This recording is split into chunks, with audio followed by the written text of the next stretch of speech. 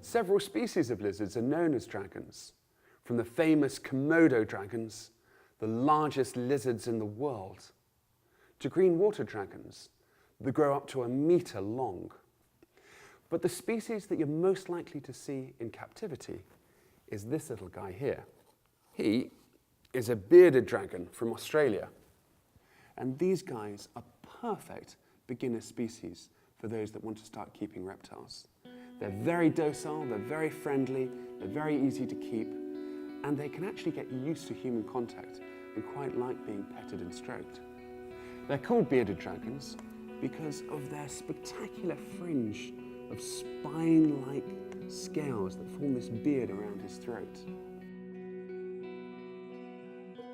They can grow up to about 60 centimeters long, so this little guy here still has a way to grow. And they come in a range of different color forms. Some of them have beautiful orange throats, and they can actually change the color of their throats and their beards. All bearded dragons, to some extent, can change color. They particularly get darker when they get cool. So this little guy here, probably is a little bit on the cool side. They get darker to absorb light and heat more efficiently and to warm up. They are very easy to keep. And let's go and set up a tank so you can see how to keep them. Bearded dragons need a large enclosure because remember they do grow up to 60 centimeters in length.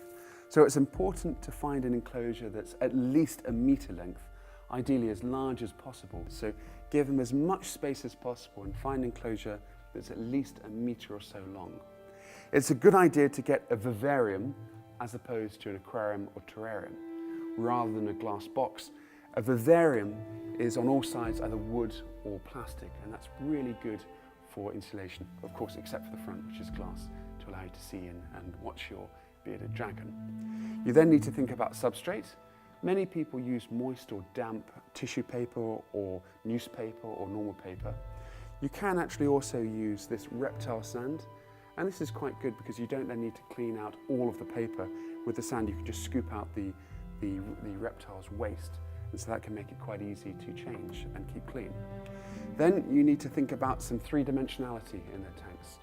Bearded dragons do like to climb and play and explore and shelter under things. So it's a good idea to put in a log like this one or large sticks for them to be able to climb up a little bit. And it's always a good idea to put in a bit of cork bark, such as this one.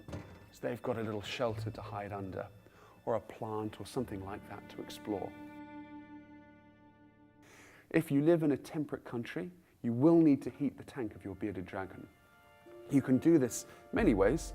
One very easy way is using a heat lamp, such as this one up here. And if you use a heat lamp, make sure to put in the log or sticks underneath the lamp so that your dragon has an area to bask on.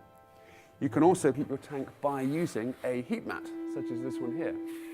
If you use a heat mat, make sure not to put the heat mats across the entire length of the tank.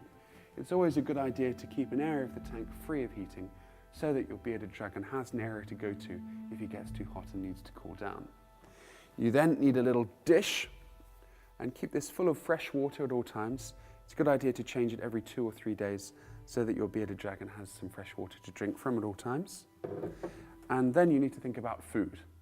Bearded dragons, especially when they're young, are carnivores. They need live insects to eat. You can source small crickets from reptile and pet shops, or you can catch small insects from your garden. In any case, you must make sure that the live insects are no larger than the distance between the dragon's eyes.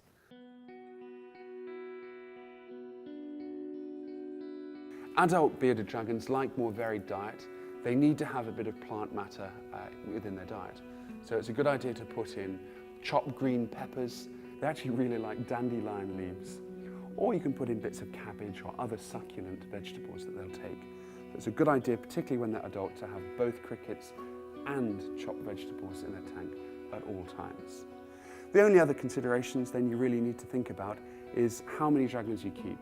You can only keep 1 dragon per tank.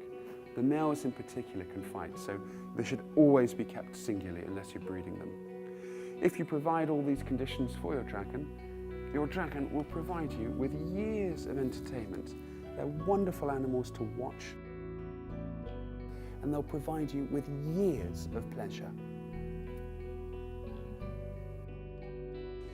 For more information, please visit the Weird and Wonderful Pets website, where you can download information PDFs and secure your copy of the accompanying book.